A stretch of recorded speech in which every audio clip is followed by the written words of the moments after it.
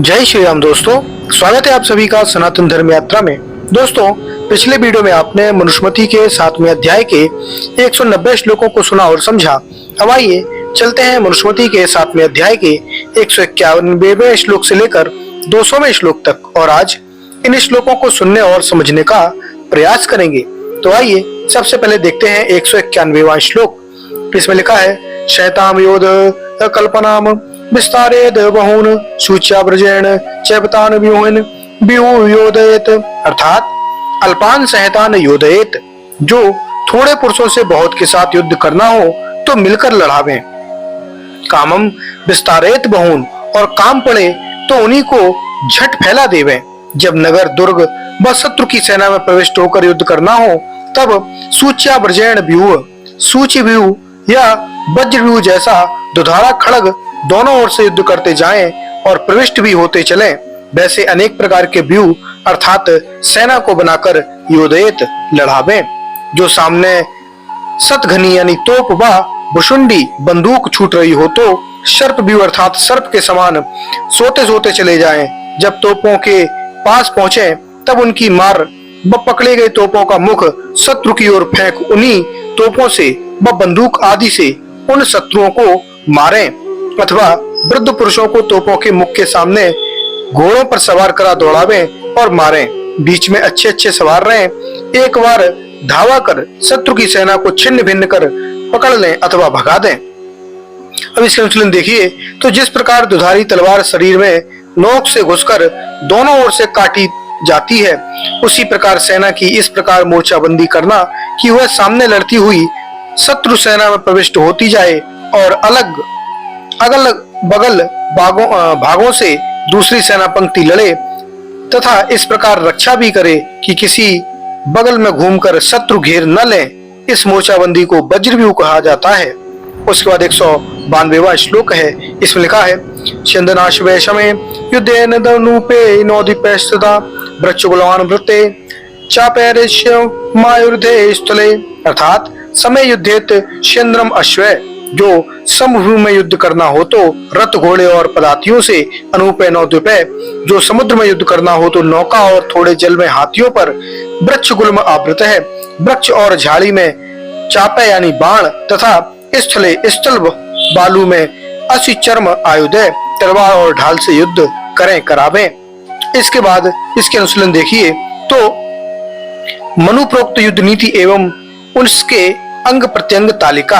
अब इस तालिका में आप युद्ध नीति के आधार, युद्ध सेना, सेना के अधिकारी, युद्ध में व्यूह रचना, शस्त्र अस्त्र संकेत वर्णन इत्यादि को बड़े ही आराम से देख सकते हैं, जिसको मैं वीडियो में स्क्रीन पे लगा दे रहा हूं। उसके बाद 193वां श्लोक है। इसमें लिखा है, कुरुक्षेत्रांश मत्स्यांश पंचाल छ सेजनान दीर्घांश चैव नरान ग्रानी केशु योजयत, अर्थात कुरुक्षेत्रान, कुरुक्षेत्र निवासी मत्स्यान, विराट नामक प्रदेश निवासी पांचलान, कहानी कब्जौर अहिछत्र प्रदेश के निवासी सूरसेन जान, मथुरा प्रदेश के निवासी दीर्घांचा लगून एवं नरान, बड़े कद वाले तथा छोटे कद वाले भी हो तो भी उन योद्धा नरों को अग्र अनिकेशु योजयत, सेना में सबसे अग्रभाग में नियुक्त करें।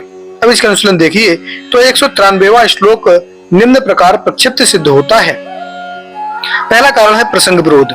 यहाँ पूर्वापर प्रसंग युद्ध के सर्व सामान्य नियमों एवं उनके प्रकारों का है, किसी देश विशेष के सैनिकों का या किसी देश विशेष के लिए नहीं है, अतः यह श्लोक पूर्वापर प्रसंग विरुद्ध है।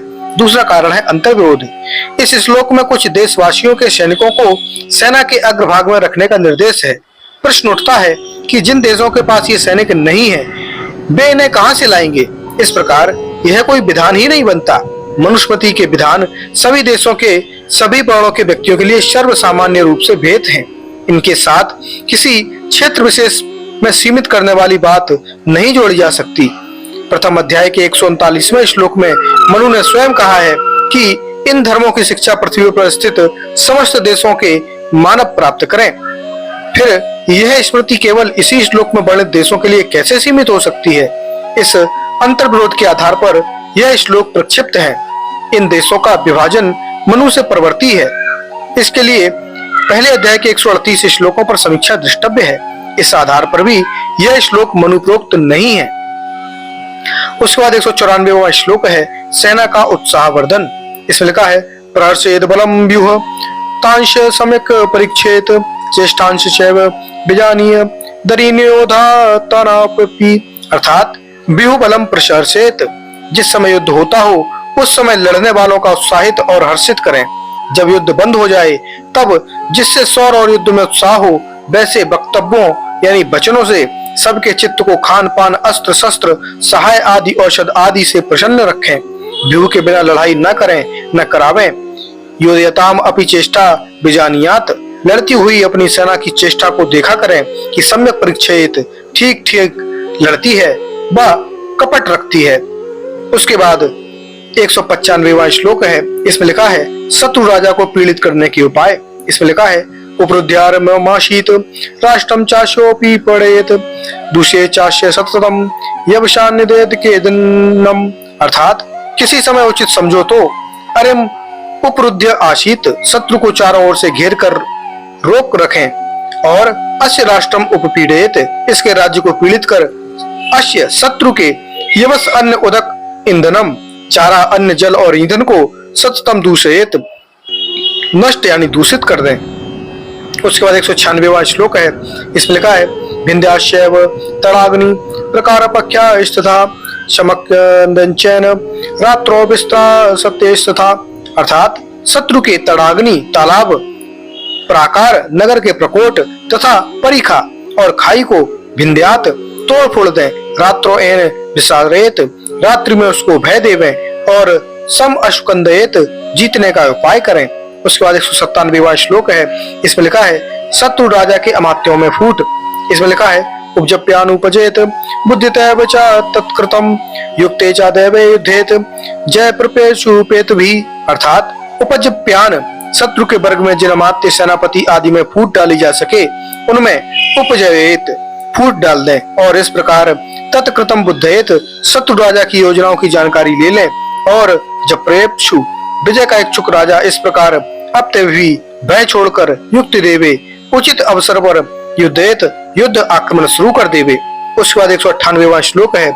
इसमें लिखा है शामनादा मैंने भेदेन समस्त्रैव पृथक विजेतुम प्रेतारीन युद्धेन कदाचन। अर्थात शामना, शाम से, दामेन, दाम से, भेदेन, भेद से, समस्त इन सब उपायों से एक साथ अथवा पृथक अलग अलग एक एक से अरीन विजेतम प्रत्येत, शत्रुओं को जीतने का प्रयत्न करें। कदाचन युद्धेन न कभी पहले युद्ध में जीतने का यत्न न करें। उसके बाद 199वां श्लोक है। इसमें लिखा है अनित्यो विजयो युष्माद दृश्यते यश्यमानयो पराजस्य संग्रामे तस्माद् वृद्धम विवर्जयेत। अर्थात समय विजय और हार अनित्य दृश्यते अनिश्चित होती है, तस्मात् युद्धम विवर्जयेत, इसलिए युद्ध करना छोड़ देवें। अब इसके अनुसरण देखिए तो 199वां श्लोक निम्न प्रकार से प्रक्षिप्त है। पहला कारण है प्रसंग विरोध। पूर्वा पर 198 और 200वें श्लोक में नीति पूर्वक क्रमशः समाधि उपाय अपनाने का कथन है। अंतिम उपाय युद्ध के अंत में ही अपनाने का निर्देश है। इस प्रकार उक्त दोनों श्लोकों की वाक्यात्मक संबद्धता है। इस श्लोक के युद्ध निषेध वर्णन ने उस प्रसंग की संबद्धता को भंग कर दिया है, अतः प्रसंग भंजक प्रक्षेप है। 181वें श्लोक से यह युद्ध का ही प्रसंग प्रारंभ हुआ है, जिसमें 201वें श्लोक तक युद्ध के विधान है। इस प्रसंग के बीच में युद्ध वर्जन का कथन प्रसंग विरुद्ध है। दूसरा कारण है अंतर विरोध। तो 181 से 200वें श्लोक तक मनु ने युद्ध करने का कथन किया है। यहाँ युद्ध में पराजय होने के भय से निवृत्त होने का कथन इन सभी श्लोकों के विरुद्ध है। इस आधार पर भी यह प्रक्षिप्त सिद्ध होता है। उसके बाद 200वां श्लोक है।